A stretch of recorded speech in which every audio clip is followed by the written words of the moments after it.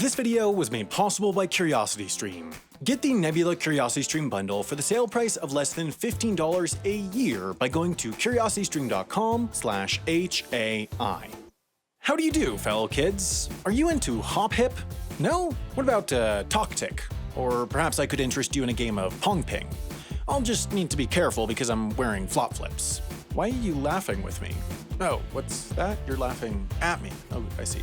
Well, how about I prove just how cool and lit I am by spending the next 5 minutes explaining the obscure grammatical phenomenon behind why everything I said before made me sound like Joe Biden trying to get out the youth vote. It's called ablaut reduplication, and to understand it, we have to do like a hop hipper and break it down. So, ablaut is just any pattern of vowel shifts inside of related words. Like sing, sang, sung, the S, N, and G stay the same, but the vowel changes. Ablaut is used for a lot of different things. Sometimes, like with sing, sang, sung, it's to shift verb tenses. Sing is present tense, sang is simple past tense, and sung is past participle. And I know you've forgotten what a past participle is, but given the limited time, we've cut our explanation. There are a lot of English verbs that do this. Give and gave, ride and rode, drink, drank, drunk, and stink, stank, stunk. Ablaut is also sometimes used to distinguish singular and plural nouns. That's why, for example, you can fight off one goose, but you'd be beaten up by multiple geese. You can try to kick the geese with one foot, but soon they'll manage to tie up both your feet. And whether you're a man or a woman, you'll be most humiliated when you have to yell at several nearby men and women to save you. Now let's talk about reduplication, which is country club elitist vaccine talk for when you repeat a word or part of it for some effect. Like a leprechaun's tax filings, reduplication comes in many forms. The simplest is exact reduplication, which is when you just repeat a word exactly. It's why you might tell a child it's a no-no to cry wah-wah before night-night, or why your drunken friend might go wee-wee on a putt-putt course and have to say bye-bye once he's arrested by the popo. Some languages will use exact reduplication to create plurals.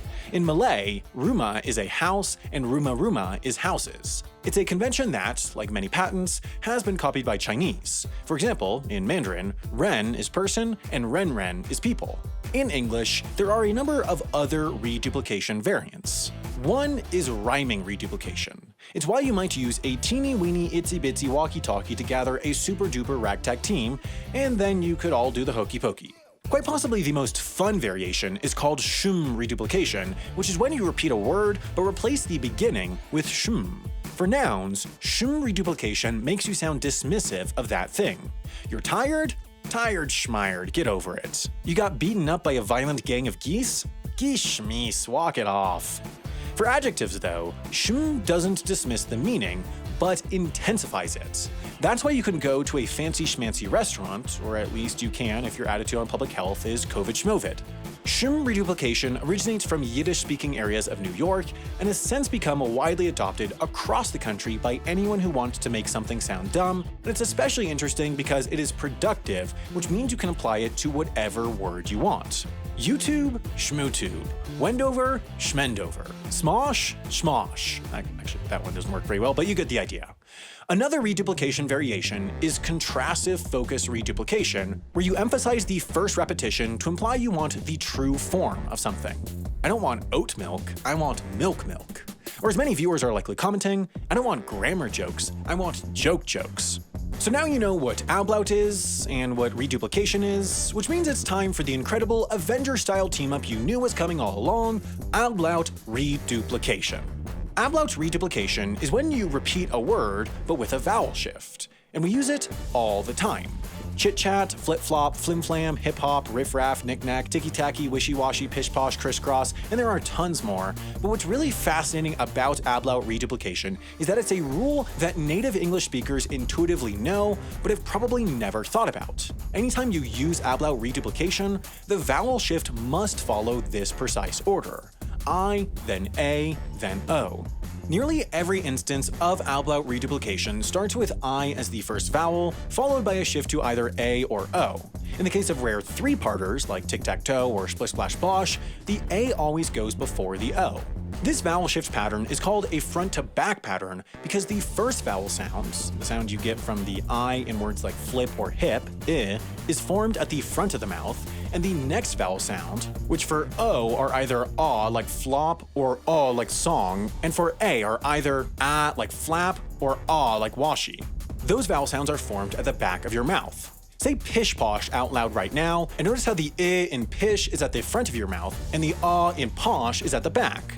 Then notice how everyone in the library is staring at you. Now, there are a few examples of ablaut reduplication that starts not with I, but with E, hee-haw, seesaw, and teeter-totter, but even then, that long E is a front vowel, so the front-to-back pattern is still followed. Bottom line is, if you don't follow a precise front-to-back vowel pattern, you try to say hop-hip, or cross-criss, or tacto-tick, you'll sound like your brain is a bit wibbly-wobbly.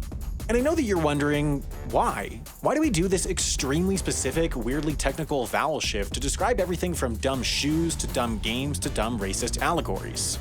Well, we genuinely have no idea. Seriously, not a clue. All the theories are about as useful as everyone's guesses about what Evan Peters was doing on WandaVision, which means that in the end, ablaut reduplication's origins will always remain wishy-washy and topsy-turvy.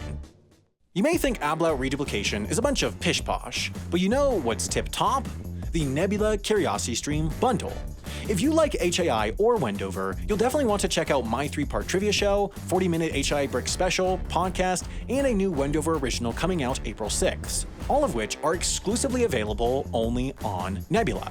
Plus, with the bundle, you'll also get access to CuriosityStream, the incredible streaming site with thousands of top-quality documentaries, including The History of English, a great short documentary that's about, well, the history of English. Right now, the Nebula CuriosityStream bundle is on sale for less than $15 for the entire year, so head over to curiositystream.com/HAI and help support independent creators like me.